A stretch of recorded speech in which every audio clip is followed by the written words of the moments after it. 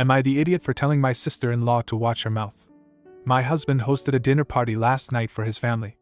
They tend to have a big one 2 or 3 times during the summer, and it was my husband's turn.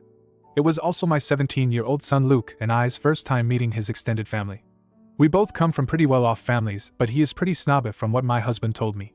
I was a bit nervous, but Luke was a mess. My husband and his stepsisters tried comforting him, but by the time everyone arrived, he would not leave my side. It was okay-ish. They were definitely snobby, but most of them were okay. Maybe slightly out of touch but harmless. The real issue was dinner. Everyone was sitting at the dining table, and my husband told us earlier that his family said grace before eating, so we were waiting for everyone to get situated.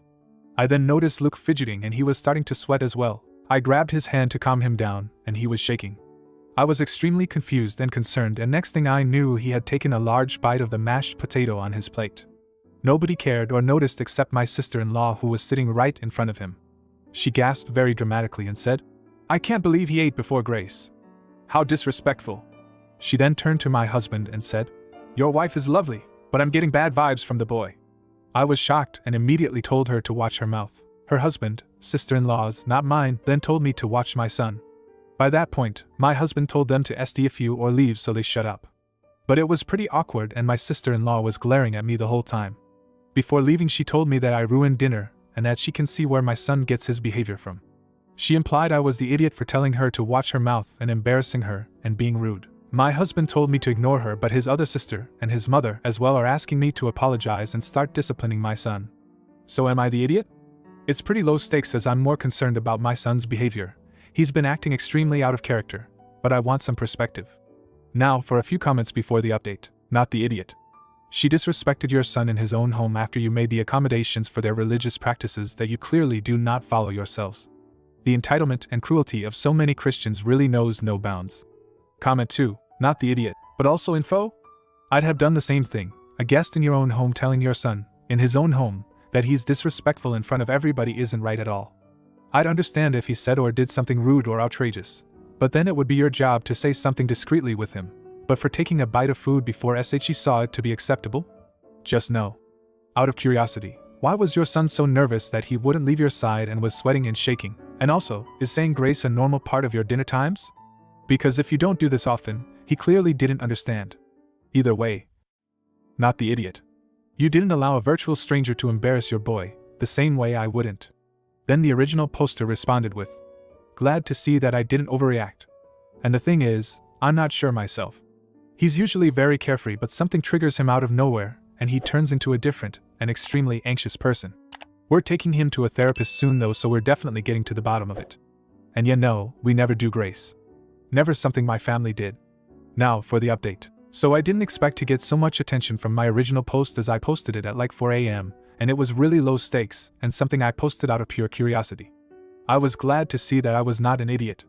To be honest, the only reason I was doubting myself is because my mother-in-law is probably the wisest person I know and was insistent that I was in the wrong. So the update. As a lot of you are aware, my focus was my son, and I told my husband as much, which he respected. He said he would deal with his sister, and he did. But my father-in-law had a pretty terrifying health scare, and we were forced to meet.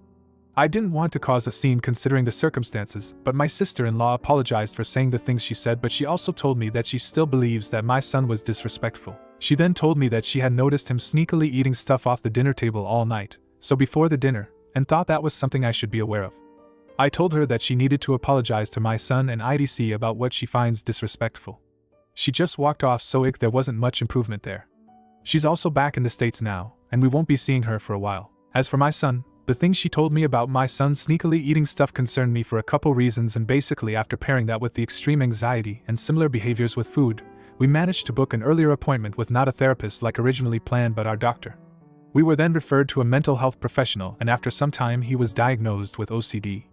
Not gonna go into detail about that, but it's been pretty confusing, and I'm just thankful we were able to see a healthcare professional so quickly. We now have a therapy appointment specifically regarding his OCD in the next week, and we're taking this all one step at a time.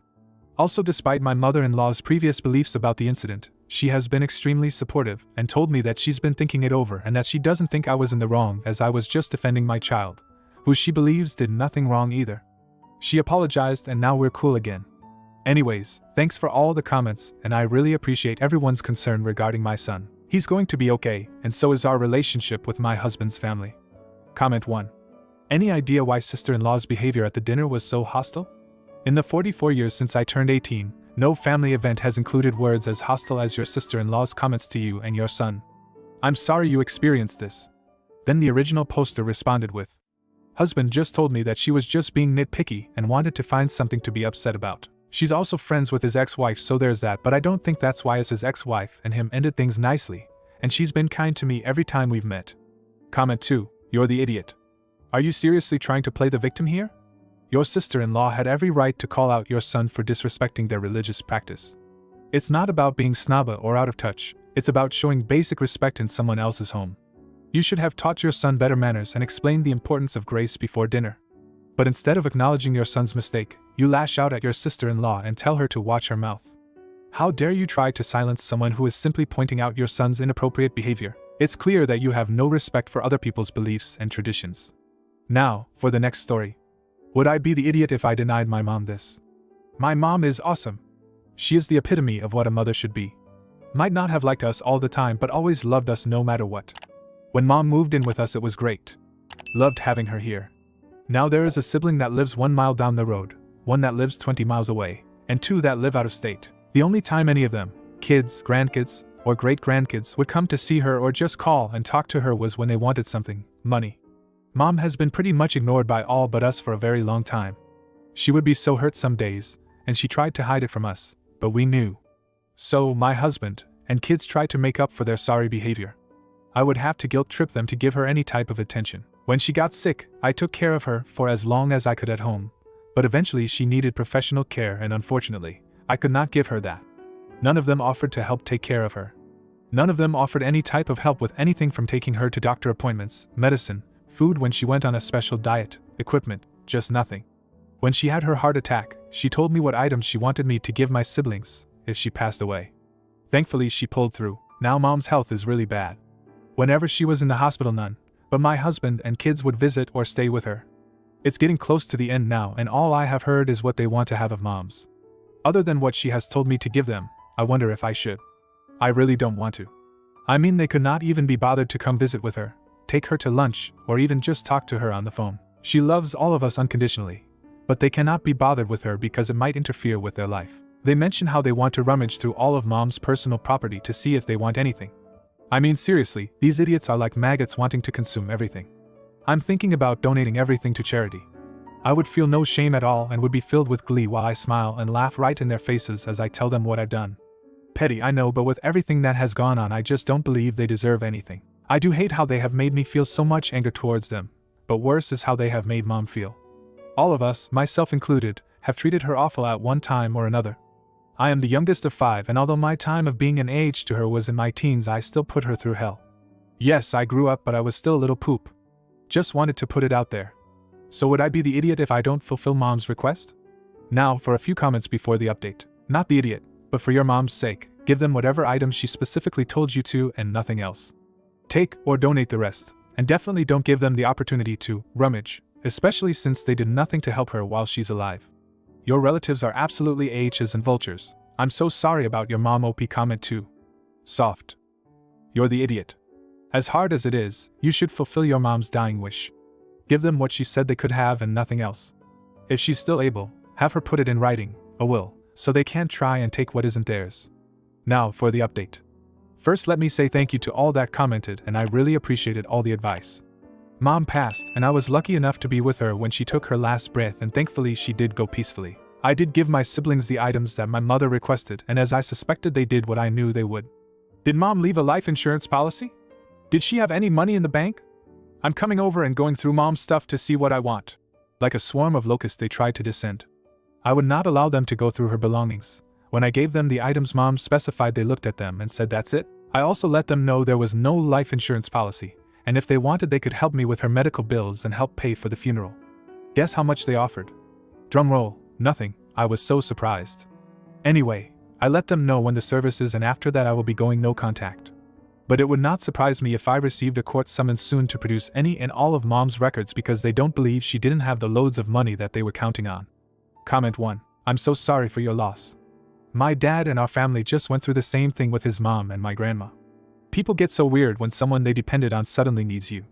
The worst for us was my grandma's sister. Not that she was any good before my grandma got sick, they become vultures for things that aren't even theirs. Definitely go no contact, and don't give them a second thought, they aren't worth it. Comment 2.